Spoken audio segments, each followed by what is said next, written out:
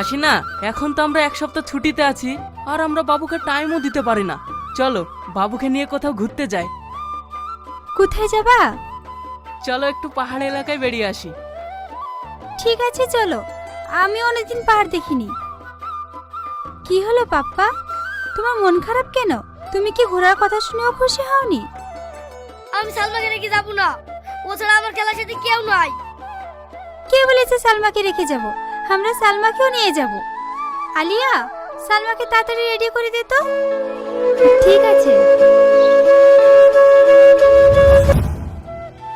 ওই পাহাড়ে যাওয়ার পর ওরা দুজন পাহাড়ের উপর খেলছিল, কিন্তু সালমা খেলতে খেলতে পাহাড় থেকে নিচে পড়ে মারা যায়।